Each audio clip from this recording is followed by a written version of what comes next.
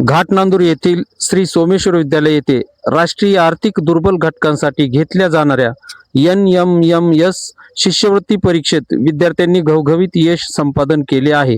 यंदाच्या परीक्षेत विद्यालयातील 31 मुली आणि 25 मुलं असे एकूण 56 विद्यार्थी उत्तीर्ण झाले असून या सर्व विद्यार्थ्यांना मिळून सुमारे 14 लाख रुपयाची शिष्यवृत्ती प्राप्त होणार आहे.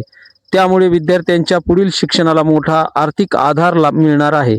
या उल्लेखनीय यशाबद्दल विद्यालयात भव्य सत्कार समारंभाचे आयोजन करण्यात आले होते.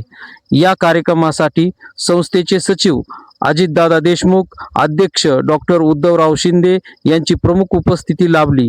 तसेच प्रमुख पाहुणे म्हणून ऋषिकेश शिंदे IPS अधिकारी हे उपस्थित होते.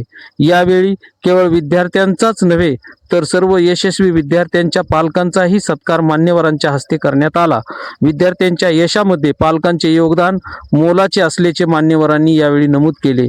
यावेळी प्राचार्य दीना फड, मुख्याध्यापिका देशमुख मॅडम, पर्यवेक्षक कृष्णा देशमुख, पत्रकार गणेश जाधव तसेच विद्यालयातील सर्व सहकारी शिक्षक यावेळी उपस्थित होते. सत्कारानंतर मार्गदर्शन करताना ऋषिकेश शिंदे साहेब यांनी विद्यार्थ्यांना सखोल असे मार्गदर्शन केले. बेधडक मराठी, घाटनांदूर. तर तुम्हाला घाबरूनही चालणार नाही.